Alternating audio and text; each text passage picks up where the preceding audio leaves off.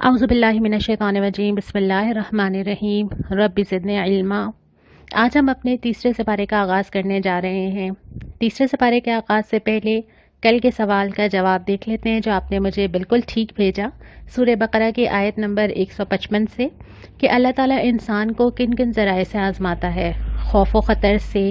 بھوک سے یعنی فاقہ کشی سے، آمدنیوں کے گھاٹے سے اور جان و مال کے نقصانات سے۔ ان چار چیزوں کا اللہ تعالیٰ نے ذکر کیا، اور آج کے حالات میں ہمیں شاید یہ بہت اچھی طرح سے سمجھ آ رہا ہے کہ اللہ تعالیٰ ہمیں کہاں کہاں سے آزما رہا ہے۔ کوئی خوف سے آزمایا جا رہا ہے، کوئی بھوک سے، کوئی آمدنی کے گھاٹے سے اور کوئی جان و مال سے۔ اور یہ آزمائش اللہ تعالیٰ ہر انسان کے سامنے پوری زندگی میں کہیں نہ کہیں لاتا ہے، اور آج پوری دنیا کے سامنے آ کر کھڑی ہو گئی ہے۔ اور ہم نے پچھلی دفعہ یہ سبق پڑھا تھا کہ ہر آزمائش سے سرخرو ہونے کے طریقے بنیادی طور پہ اللہ تعالیٰ نے دو چیزوں کا بہت ذکر کیا ہے، نماز اور صبر، اللہ سے تعلق اور اللہ پر یقین، اور انشاءاللہ تعالیٰ انہی کے سہارے ہم اس آزمائش سے بھی گزریں گے۔ تیسرے سپارے کا جو آغاز ہوتا ہے، شروع میں بالکل ذکر کیا جاتا ہے خرچ کرو، خرچ کرو، اس سے پہلے کہ وہ دن آئے کہ پھر خرچ کرنے کا کوئی موقع نہیں ہوگا۔ پھر یہ نہیں ہوگا کہ انسان بہت سارا مال رکھ کے بیٹھا اور اس کو معلوم ہو کہ اس کی زندگی ختم ہونے والی ہے اور وہ یکایک خرچ کر دے، بلکہ کسی بھی انسان کے لیے مہلت عمل ختم ہونے کا جو وقت ہے وہ نہیں جانتا۔ وہ نہیں جانتا کہ کل زندگی میں اس کو کتنی سہولت، کتنی عافیت، کتنی آسانی ہے، کتنا موقع مل سکے گا، تو اس موقع کے آنے سے قبل ہی وہ اس سے فائدہ اٹھائے۔ اس کے بعد ایک عظیم الشان آیت آتی ہے جس پہ اگر انسان یقین رکھے تو زندگی بدل جائے، اور وہ ہے آیت الکرسی۔ اللہ تعالیٰ کی وہ وحدانیت کا اعلان، اللہ تعالیٰ کی قدرت کا اعلان، اور اس کے بعد پھر فوراً تلقین کی جاتی ہے کہ جس نے اللہ پر ایمان لایا، جس نے اللہ کو پکڑ لیا، اس نے ایک ایسا مضبوط سہارا پکڑ لیا کہ دنیا اور آخرت میں کوئی رنج نہ ہوگا۔ دنیا کے سارے سہارے جن کو انسان خود سے بہت قریب محسوس کرتا ہے، جن کے بغیر انسان سمجھتا ہے کہ شاید زندگی گزر نہیں سکتی، وقت بتاتا ہے کہ یہ سارے سہارے عارضی ہوتے ہیں، لیکن ایک اللہ رب العالمین کی وہ ذات ہے جس کو انسان مضبوطی سے پکڑے تو زندگی کے مختلف مرحلوں سے گزر جائے۔ اس کے بعد کچھ مثالیں دی گئی ہیں جس میں حضرت ابراہیم و نمرود کا قصہ ہے، ایک ایسے شخص کا قصہ ہے جو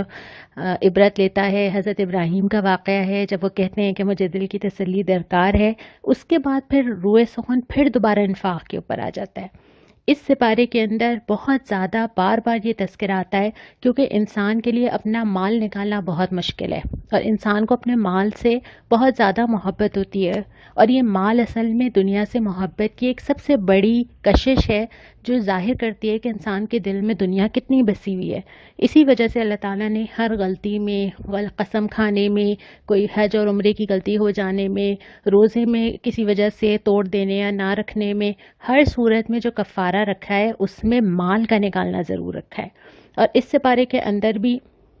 اللہ کی راہ میں خرچ کرنے کی مثال دی گئی کہ اللہ تعالیٰ اس کو اتنا بڑھاتا ہے کہ انسان تصور بھی نہیں کر سکتا، اور یہ زندگی کے اندر چیز تجربے سے سمجھ آتی ہے۔ آپ نے بھی کہیں نہ کہیں یہ تجربہ ضرور کیا ہوگا، اور اگر نہیں کیا تو کر لینا چاہیے۔ جب آپ اللہ کی راہ میں خرچ کرتے ہیں، اللہ تعالیٰ کہیں نہ کہیں سے آپ کو پلٹا کے واپس کر دیتا ہے۔ ہاں، یہ ضرور ہے کہ جو خرچ کیا جائے وہ اللہ کی رضا کے لیے کیا جائے،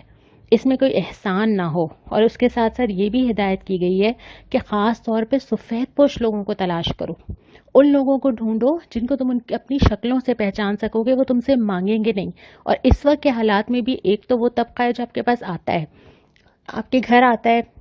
آپ سے راشن مانگتا ہے، آپ کو مجبوریاں بتاتا ہے، آپ سے مدد کا طلبگار ہوتا ہے، اور ایک وہ طبقہ ہے جو اس وقت اپنے گھروں کے اندر موجود ہے، جس کو ہم سفید پوش طبقہ کہتے ہیں، جو آج کل کے حالات میں اپنے روز کی بنیاد پہ معاش حاصل نہیں کر پا رہا۔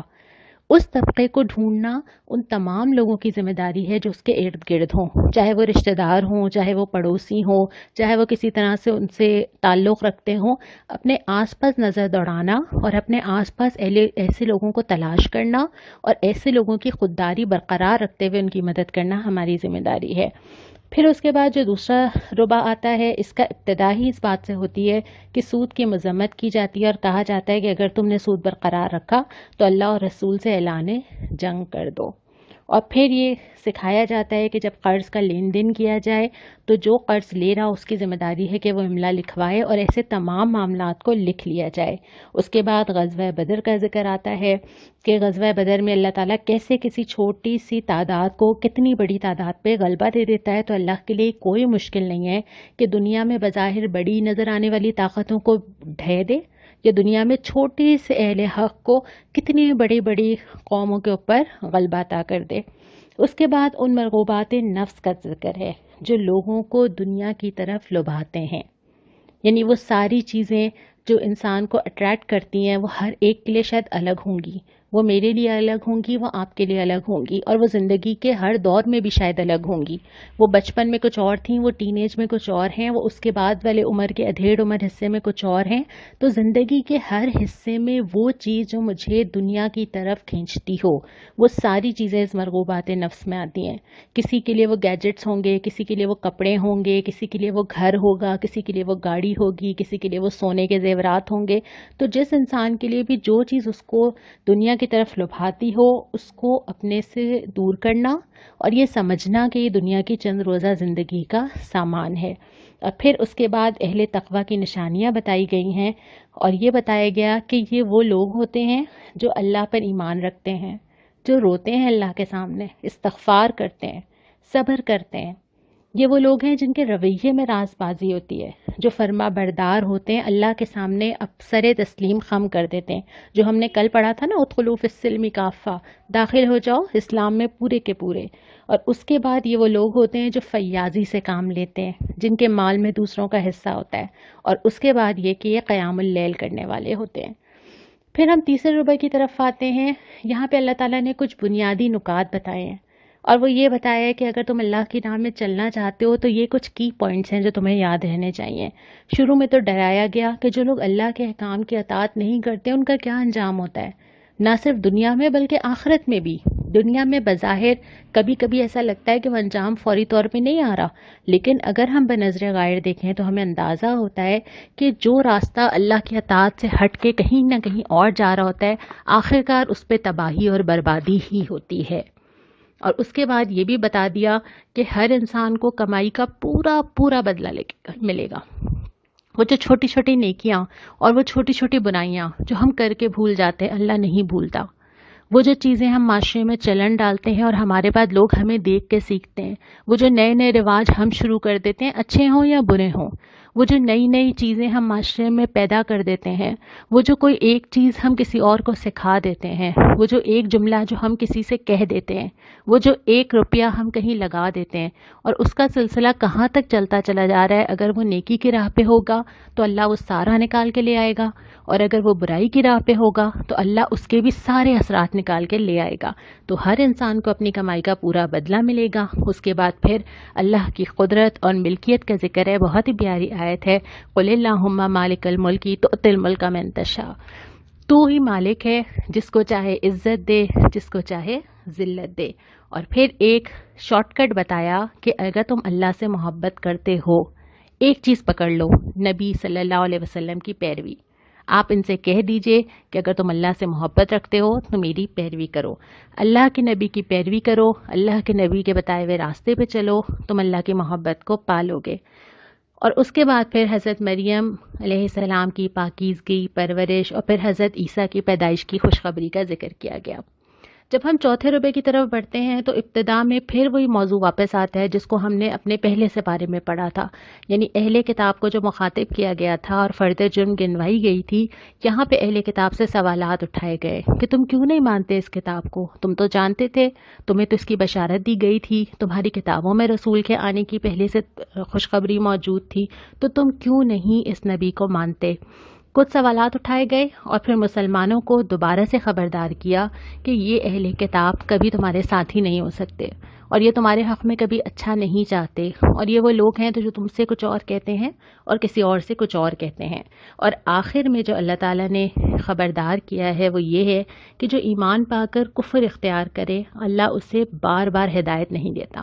یعنی جس شخص کو اللہ ہدایت کا موقع دیتا ہے، اور یہ میرے اور آپ کے لیے بھی ہے کہ اللہ تعالیٰ جب ہمیں قرآن اٹھانے کا موقع دیتا ہے، قرآن کو پڑھنے کا موقع دیتا ہے، قرآن کو سمجھنے کا موقع دیتا ہے، تو اللہ تعالیٰ چاہتا ہے کہ ہم اس موقع سے فائدہ اٹھائیں۔ اگر آج آپ میری یہ آڈیو سن رہے ہیں تو یہ اللہ تعالیٰ کی توفیق کے بغیر نہیں ہو سکتا، یہ ممکن ہی نہیں تھا اگر اللہ آپ کو اس کا موقع نہ دیتا۔ لیکن اگر اس موقع کو حاصل کرنے کے بعد اگر ہم اس پہ عمل نہ کریں، اگر ہم اس سے منہ موڑ جائیں، اگر ہم اس کو اہمیت نہ دیں، اگر ہم مزید قرآن سے محبت محسوس نہ کریں، قرآن کو سمجھنے کی کوشش نہ کریں، تو اللہ تعالیٰ یہ موقع ہر ایک کو بار بار نہیں دیتا۔ اللہ اپنے پیغام کی اور اپنے کتاب کی ناقدری کو برداشت نہیں کرتا۔ تو اللہ تعالیٰ جس کو موقع دیتا ہے اس کو اپنے آپ کو خوش نصیب بھی سمجھنا چاہیے، اور اللہ کی اس توفیق کو محسوس کرنا چاہیے کہ ابھی اللہ تعالیٰ ہم سے مایوس نہیں ہوا، ابھی ایسا نہیں ہوا کہ اللہ تعالیٰ نے میرا نام ان لوگوں میں لکھ دیا ہو کہ ان کو قرآن سنانے کا کوئی فائدہ نہیں۔ اگر میں اور آپ قرآن سن رہے ہیں تو اللہ کا بہت بڑا احسان ہے کہ اللہ یہ سمجھتا ہے کہ میرے دل میں ابھی گنجائش ہے۔ ہم نے پہلے سے بارے میں پڑھا تھا نا کہ اللہ ان کے کانوں پر، ان کی آنکھوں پر، ان کے دہلوں پر مہر لگا دیتا ہے کہ پھر ان کو کچھ سمجھ نہیں آتا، لیکن اللہ تعالیٰ مجھے اور آپ کو سنوا رہا ہے۔ الحمدللہ ثم الحمدللہ، میں اور آپ قرآن پڑھ رہے ہیں، قرآن کھول کے بیٹھے ہیں، قرآن سمجھ رہے ہیں۔ تو یہاں پہ یہی سکھایا گیا کہ جو لوگ ایک دفعہ یہ ایمان پانے کے بعد کفر کی راہ اختیار کر لیتے ہیں، پھر اللہ انہیں دنیا میں بھٹکنے کے لیے چھوڑ دیتا ہے، پھر اللہ ان کو چھوڑ دیتا ہے کہ جاؤ، اگر تم سمجھتے ہو کہ تم اپنے بل بوتے پہ کچھ کر سکتے ہو تو جاؤ دنیا کو تسخیر کرو، اور ہم جانتے ہیں ایسا نہیں ہو سکتا۔ تو اللہ تعالیٰ مجھے اور آپ کو اس وقت سے بچائے۔ اس سپارے کا جو ہم نے آج پڑھا، اس کا بہت سارا حصہ جو ہے وہ انفاق کے متعلق ہے کہ اگر اللہ کی راہ میں انفاق کیا جائے تو کن چیزوں کا خیال رکھا جائے۔ تو یہی میرا آج آپ سے سوال ہے کہ اللہ کی راہ میں خرچ کرتے ہوئے کن چیزوں کا خیال رکھنا چاہیے۔